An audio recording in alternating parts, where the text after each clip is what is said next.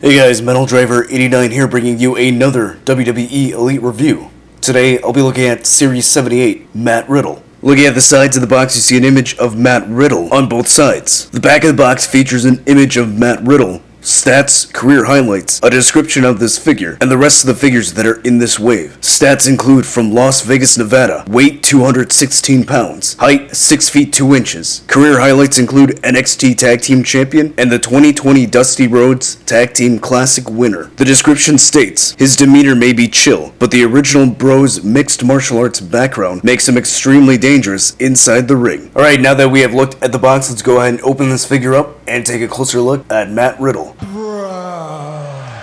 Alright, and here we have Matt Riddle out of the packaging, but first, let's take a look at the accessories that he comes with. So he comes with 2 extra pairs of interchangeable hands, which include open hands and gripping hands. Then he also comes with his flip-flops, which are sculpted pretty nicely. Then the other piece of accessory that he comes with is his entrance jacket, which is actually pretty well made. I like that they went with a soft goods material. The material feels really nice. So it's got the gold on the side, it's got his name on the front, a logo OB for Original Bro. Then on the back, it has his phrase Original Bro on the back of the jacket, which is printed very well. And then his jacket does have a Velcro on the front, so this can come off. Then his final piece of accessory is his headband, which looks pretty decent. It's painted pretty well. It has this pattern around the entire headband, and it can come off very easily.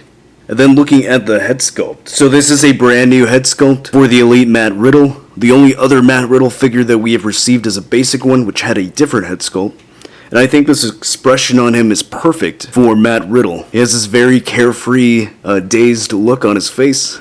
So that looks really good. The sculpting on the hair came out very well. It also has different shades of brown, so it's not just one solid color, so that looks really good. And looking at his torso, I like the torso they picked out. It fits very well with his lean body. His arms aren't too bulky. The tattoo on his side here came out very nicely. Then looking at the lower body here at the trunks, it's got Original Bro across the waistline. The back has a few logos, the OB, and a logo here, Brazilian Jiu-Jitsu. It's got Matt Riddle. It says Las Vegas, Nevada. So that looks really good.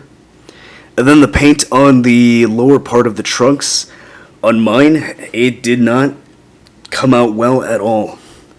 Seems to be missing paint here and here. Then near the crotch, there's all this black paint, some mispaint there. The line work on the leg of the trunk is pretty fuzzy, it's not solid. Looking at the leg of the figure, you can also tell that they only used one coat of paint, so you can see the skin tone bleeding out, especially here on the back side. So that's a bit disappointing, so a bit of a QC issue there. I mean, it is easily fixable with just a light coat of white paint, so it's not a difficult fix, but it's still annoying that it's there. There's also a bit of mispaint here and here as well, so that's a bit disappointing. Then the hands that he comes with are these gesturing hands that he does often. So again, very perfect for his persona, his bro persona, but I did want to note that it does seem odd that his hands are very wrinkly. So I just wanted to note that because I've never really noticed WWE figures having wrinkly hands, so that's a bit odd. Then look at the legs. They're nice and muscular, not a whole lot of paint, just molded plastic. They do have this paint around the ankle for his leg band. Then you can see the flip-flops are pretty well sculpted.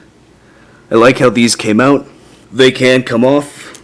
And it's got texturing on the sole there. So that looks really good. So I like how Mattel added in that detail. They didn't just go with a solid plastic. Then taking a closer look at the feet, it looks pretty well sculpted. So it does look like feet. The toes look sculpted well. Looks very manly. It doesn't look dainty at all. So it's not very often that you get a figure with bare feet from Mattel. So this looks pretty good. I mean, I'm not a foot expert, so to me, it looks pretty well made. Then looking at the bottom of the foot, so you do have a peg hole there. And then you do see, it looks like the peg that connects to the ankle. So I'm not sure why they left that open. I would have preferred if they had put some plastic over that so you couldn't see that. Alright, and going over the articulation. So the head is on a ball joint. Does not go high up at all due to the hair. It doesn't go down either because of the hair on the front. Shoulders have a hinge so it can go that high up. It can rotate all the way around. There's a bicep swivel. Single jointed elbow, which gives 90 degrees. There's a swivel and a hinge at the wrist. He has an ab crunch, which allows him to go that far down, which is actually pretty good. and that far back. He has a waist swivel, ball joint at the hips which allow the legs to go that far out, that high up, and there is a thigh cut. He has double jointed knees which has really good range of motion. There's a cut at the calf, which does kind of break apart the aesthetic of the calf. His ankle has a hinge which allows it to go that high up, which is pretty good, that far down, and he does have ankle pivot. Alright, so what are my thoughts on the Elite Series 78 Matt Riddle? I think this is a really solid figure. I love the accessories that he comes with. I love the head sculpt. I love the jacket that he comes with.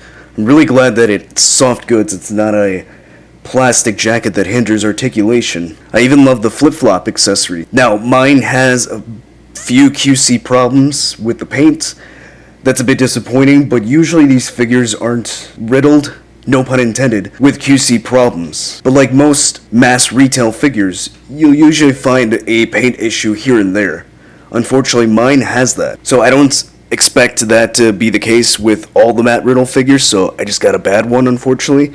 But aside from that, I think it's a really good figure. I think this is one that you'd want to add to your collection, especially if you're a Matt Riddle fan. So I say definitely pick this up, and you shouldn't be disappointed. So if you like this review, go ahead and hit that like button. If you're new to the channel, subscribe so you can see more WWE reviews. As always, stay tuned till the end to see pictures of this figure in action, and I'll see you next time.